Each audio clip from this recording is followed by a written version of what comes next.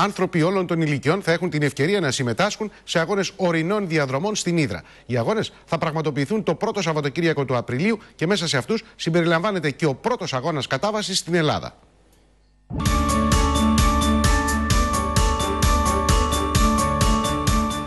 Με φόντο τα νερά του Αργοσαρονικού, οι κάτοικοι και οι επισκέπτες της Ύδρας το πρώτο Σαββατοκύριακο του Απριλίου θα ζήσουν ένα ξεχωριστό αθλητικό γεγονός.